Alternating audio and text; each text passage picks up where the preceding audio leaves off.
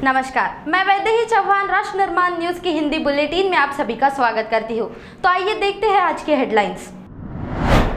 हनुमान जन्मोत्सव पर जामसावली में लाखों श्रद्धालुओं ने किए दर्शन। सुबह तड़के से ही श्रद्धालुओं का लगा रहा तांता। नागपुर में 2 पुलिसकर्मी खुद कर रहे थे चेन स्नेचिंग, पूछताछ के लिए बुलाने पर हुए गायब। और पीएम मोदी पर संजय सिंह ने बोला बड़ा हमला, केजरीवाल की सीसीटीवी से निगरानी करने का लगाया आरोप। खबरें विस्तार से। जामसावली के चमत्कारिक हनुमान मंदिर में हनुमान जन्मोत्सव पर मध्य प्रदेश, महाराष्ट्र और विभिन्न राज्यों से लाखों की संख्या में श्रद्धालुओं ने हनुमान जी के दर्शन किए। मध्य रात्रि 2 बजे से हनुमान जी की श्री मूर्ति का रुद्राभिषेक, महापूजा और महाआरती की गई। सुबह तड़के 5 बजे से जामसावली के हनुमान मंदिर में हनुमान जी की श्री मूर्ति के दर्शन के लिए श्रद्धालुओं का तांता लगा रहा। मंदिर के गर्भगृह को फूलों से सजाया गया था। प्रशासन द्वारा कड़ी सुरक्षा भी की गई थी। कई भक्त पदयात्रा कर गदा अर्पण करने पहुंचे। मंदिर ट्रस्ट कमेटी ने अयोध्या में विराजे राम लला की हूबहू प्रतिकृति मंदिर परिसर में स्थापित की, जो श्रद्धालुओं के लिए आकर्षण का केंद्र रही। मंदिर ट्रस्ट कमेटी और विभिन्न सामाजिक संगठनों ने जगह जगह महाप्रसाद और पेयजल वितरित किया। ग्रामीण आदिवासी समाज विकास संस्थान के कार्यकर्ताओं ने श्रद्धालुओं को मानसिक स्वास्थ्य की जानकारी दी। भारतीय जीवन में श्री राम के सुपुत्र पवन पुत्र हनुमान जी का अत्यंत विशिष्ट स्थान है। पवन सुत के प्रति इस अगाध श्रद्धा का केंद्र है जामसावली का हनुमान मंदिर, जहां पीपल के पेड़ के नीचे लेटी हुई अवस्था में हनुमान जी की प्रतिमा विराजमान है। प्रतिमा की नाभि से पवित्र जल आता है। संपूर्ण भारतवर्ष में इस तरह की श्री मूर्ति कहीं और नहीं है। मान्यता है कि यहाँ श्री मूर्ति के नाभि से निकले जल से असाध्य बीमारियां ठीक होती है। पिता के बार बार पढ़ाई को लेकर टोकने के बाद परेशान एक बच्चे ने अजीबोगरीब कारनामा किया है। बच्चे ने अपने पिता की 10वीं की मार्कशीट सोशल मीडिया पर वायरल कर दी है, जिसमें उसके पिता सारे विषयों में फेल है। माता पिता लगातार अपने बच्चों की पढ़ाई के पीछे लगे रहते हैं। फिर कुछ बच्चे नाराजगी के साथ पढ़ाई करते हैं, तो कुछ बच्चे उनकी बात को अनसुना कर देते हैं। लेकिन एक बच्चे ने अपने पिता के लगातार पढ़ाई करने को कहने से परेशान होकर अजीबोगरीब कारनामा किया है। बच्चे ने अपने पिता की 10वीं की मार्कशीट ढूंढने का अभियान शुरू किया। उसे मार्कशीट मिल गई। जब उसने इसे देखा तो उसे संतुष्टि हुई। उसके बाद उसने मार्कशीट सोशल मीडिया पर वायरल कर दी। उस मार्कशीट में दिख रहा है कि उसके पिता सभी विषयों में फेल है। अब ये मार्कशीट सोशल मीडिया पर ऐसे वायरल हो रही है जैसे कि ये कोई ट्रेंड हो। मार्कशीट ट्विटर पर वायरल की गई है और कैप्शन में लिखा है कि पिताजी की मार्कशीट मिल गई। ऑडियो में लड़के ने अपनी आवाज दी है। वो कह रहा है कि पिताजी बार बार पास होने के लिए नाराज होते थे। अब मुझे उनकी 10वीं की मार्कशीट मिल गई है और वो सभी विषयों में फेल है। देखो, ये उनकी मार्कशीट है। आगरा लखनऊ एक्सप्रेसवे पर बड़ा हादसा घटित हुआ। ये घटना यूपी के कन्नौज में हुई, जिसमें 4 लोगों की जान चली गई और कई घायल भी हुए हैं। मंगलवार सुबह हादसा होने के बाद हाईवे पर जाम लग गया। आगरा लखनऊ एक्सप्रेसवे पर बड़ा हादसा हुआ, जिसमें 4 लोगों की मौके पर ही मौत हो गई है। आगरा लखनऊ एक्सप्रेसवे से जा रही बस यात्रियों से भरी थी। इसकी जानकारी पुलिस को पता चली तो मौके पर टीम भी पहुंच गई। हालांकि अभी जांच जारी है। आगरा लखनऊ एक्सप्रेसवे से होकर बस दिल्ली के लिए गोरखपुर से चली थी, लेकिन किसको क्या पता था कि इतना बड़ा हादसा हो जाएगा। सुबह का समय होने के कारण सभी यात्री सो रहे थे। हादसे में ये बात निकल कर आ रही है कि कन्नौज के ठटिया थाना क्षेत्र में पिपरौली गांव के पास बस ड्राइवर को झपकी लगी और इसी कारण बड़ी दुर्घटना घट गई। फिर डिवाइडर को तोड़ते हुए दूसरी तरफ से आ रही ट्रक से बस जा भिड़ गई। इस हादसे के बाद बस पलट गई और हादसे में 4 लोगों की मौत हो गई।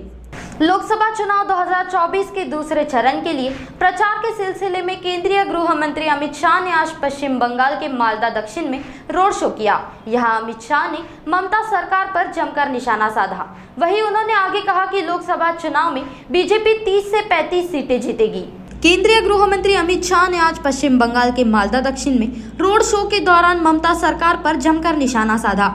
उन्होंने कहा कि ममता बनर्जी सीएए का विरोध कर रही है और शरणार्थियों को नागरिकता नहीं मिलने दे रही है।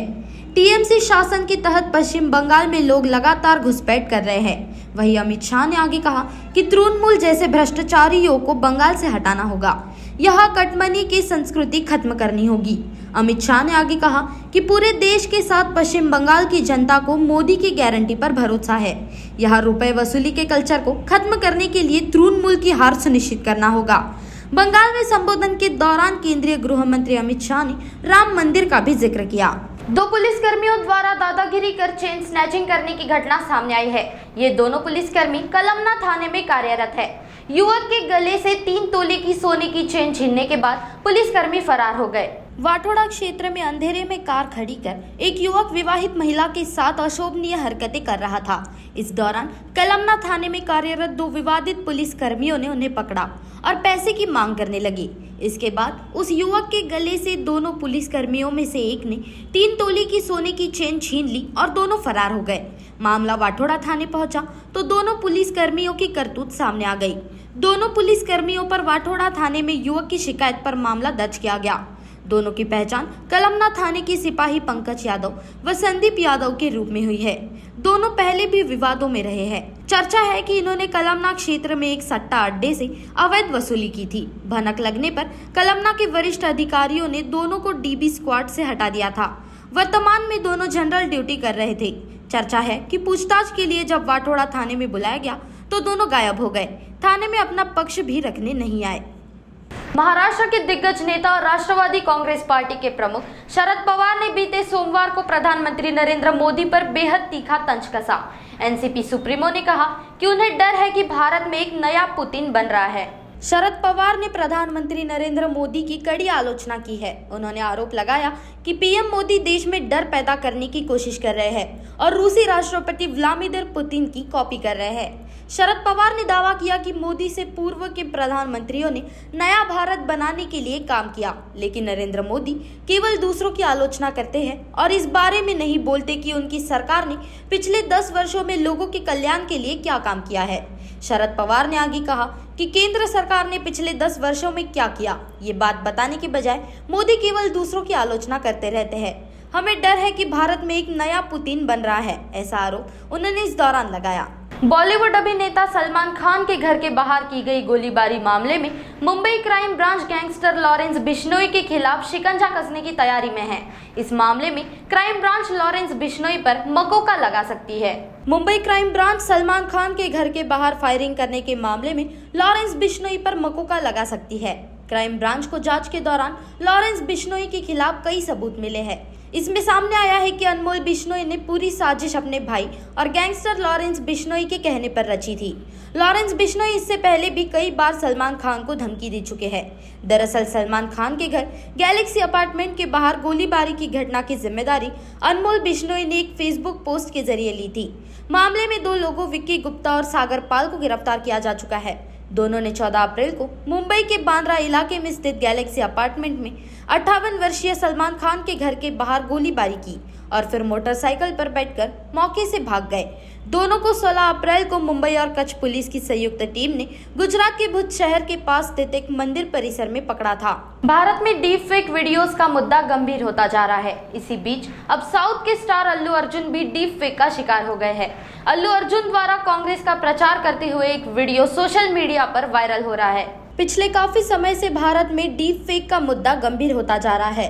कई सितारे डीप फेक वीडियो का शिकार हो चुके हैं और अभी भी ये थमा नहीं है। बॉलीवुड के मिस्टर परफेक्शनिस्ट आमिर खान और रणवीर सिंह भी इससे बच नहीं पाए, जिसके बाद दोनों ने इस मामले में एफआईआर दर्ज कराई थी। अब खबर आ रही है कि पुष्पा स्टार अल्लू अर्जुन भी डीप फेक का शिकार हो गए हैं। अल्लू अर्जुन का एक वीडियो सोशल मीडिया पर वायरल हो रहा है, जिसको लेकर डीप फेक की बात कही जा रही है। चुनाव के दौरान जनता को गुमराह करने के लिए इस तरीके के हथकंडों का इस्तेमाल किया जा रहा है। अब अभिनेता अल्लू अर्जुन की एक वीडियो क्लिप सोशल मीडिया पर वायरल हो रही है, जिसको लेकर कहा जा रहा है कि वे कांग्रेस के लिए चुनाव का प्रचार कर रहे हैं। हालांकि बाद में पता चला कि इस वीडियो को एआई की मदद से बनाया गया था और ये डीप फेक है। उद्धव ठाकरे ने हाल ही में बयान दिया था कि देवेंद्र फडणवीस ने आदित्य ठाकरे को मुख्यमंत्री पद के लिए तैयार किया था और मुझसे कहा था कि वे खुद दिल्ली जाएंगे। उनके इस बयान से राजनीतिक गलियारे में चर्चा शुरू हो गई है। इस पर अब उनके बेटे आदित्य ठाकरे का भी बयान सामने आया है। उद्धव ठाकरे के बयान के बाद अब आदित्य ठाकरे की प्रतिक्रिया सामने आई है। इस मुद्दे पर आदित्य ठाकरे ज्यादा स्पष्ट बोलने से बचते दिखे। उन्होंने इस बात पर जोर दिया कि कैसे बीजेपी ने शिवसेना के साथ राजनीतिक समझौता किया है। आदित्य ठाकरे ने कहा कि बात यह है कि 2019 में बीजेपी और शिवसेना के बीच राजनीतिक समझौता हुआ था। आदित्य ठाकरे ने आगे कहा कि बीजेपी ने उस समझौते का सम्मान नहीं किया।